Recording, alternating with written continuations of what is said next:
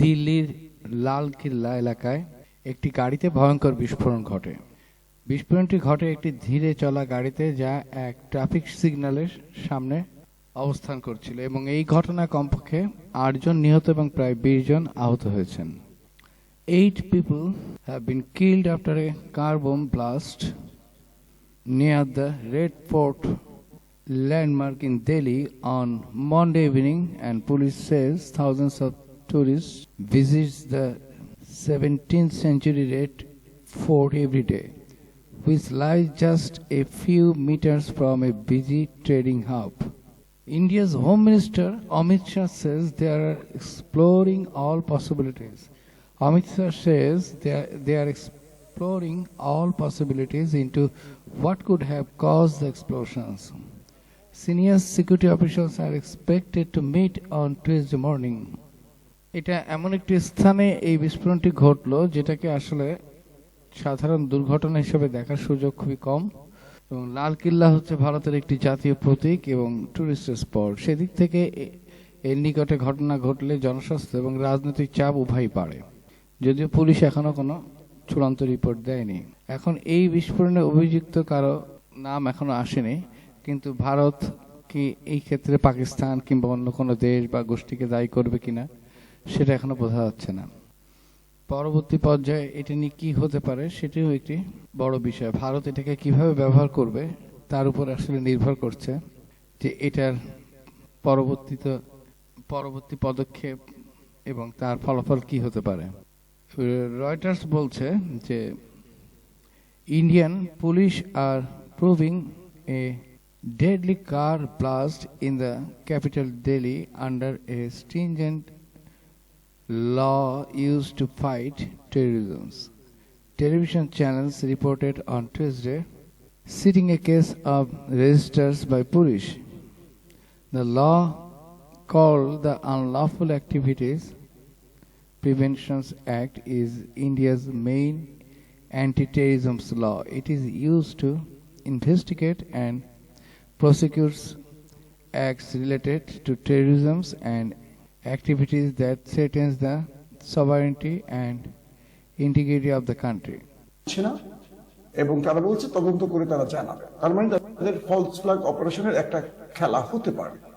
দিল্লির ডেপুটি যিনি fire service officer, তিনি বলছেন যে কমপক্ষে 6টি গাড়ি এবং 3টি অটোরিকশায় আগুন লেগেছে, এবং তিনি বলছেন যে দমকল বাহিনীর সদস্যরা আগুন নেভাতে সক্ষম হয়েছে, এবং আহতের সংখ্যাটা বলা হয়েছে প্রায় 1 থেকে 1.5 ডজন মানুষ আহত হয়েছে।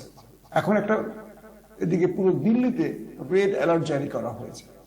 একটু বিষয়টা চিন্তা করে পাকিস্তানের গণমাধ্যম যে বলছে যে তারা একটা ফলস ফ্ল্যাগ অপারেশন করবে, এবং কাশ্মীর পয়েন্টে আমি এতক্ষণ ধরে যে বললাম বা বিগত সময় ধরে বা বিগত কয়েকদিন ধরে যে বলছি, এখন এই ঘটনায় দিল্লি কাকে দায়ী করবে এই ইন্টেনশন থেকে বোঝা যাবে। পুলওয়ামার ঘটনায় সরাসরি পাকিস্তানকে দায়ী করে যুদ্ধ শুরু করে অপারেশন সিঁদুর, এবং তারা মহড়া যখন করছে পাকিস্তানের বিরুদ্ধে বা পাকিস্তানের সীমান্ত লাগোয়া অঞ্চলগুলোতে প্রতিদিনই উত্তেজনা ছড়াচ্ছে, ড্রোন ছাড়ছে, এয়ার স্পেস অফ করছে, তারা বারবারই পাকিস্তানের সাথে যুদ্ধের যে উত্তেজনা এগুলোতে লাইন অফ কন্ট্রোলকে উত্তপ্ত করছে।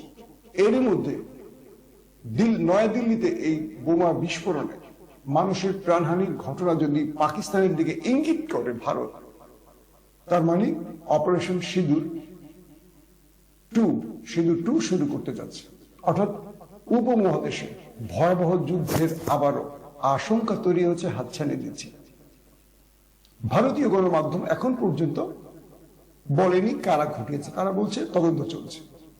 আমার বিশ্বাস পুরোপুরি এই ঘটনা ভারত পাকিস্তানকে দায়ী করবে, এবং এই ঘটনা দিয়ে তারা দীর্ঘমেয়াদী যুদ্ধের সূচনা করবে।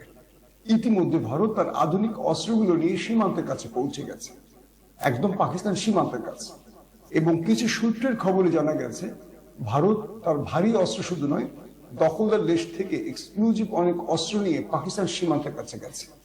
পাকিস্তানও ভারতের যে কোনো সময় আক্রমণ মোকাবেলার সব রকম প্রস্তুতি নিয়েছে।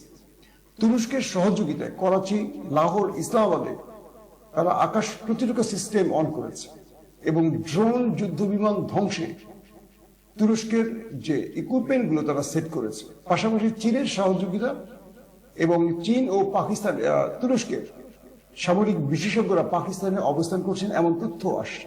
তার মানে পাকিস্তান ইন্টেলিজেন্স জানে যে কোনো সময় ভারত ফলস ফ্ল্যাগ অপারেশনের মাধ্যমে পাকিস্তানে আক্রমণ করবে, এবং সেই ঘটনা শুরু হয়ে গেছে। একটি ভয়াবহ উপমহাদেশে আরেকটি ভয়াবহ যুদ্ধের দিকে যাচ্ছে এই দেশ দুটো।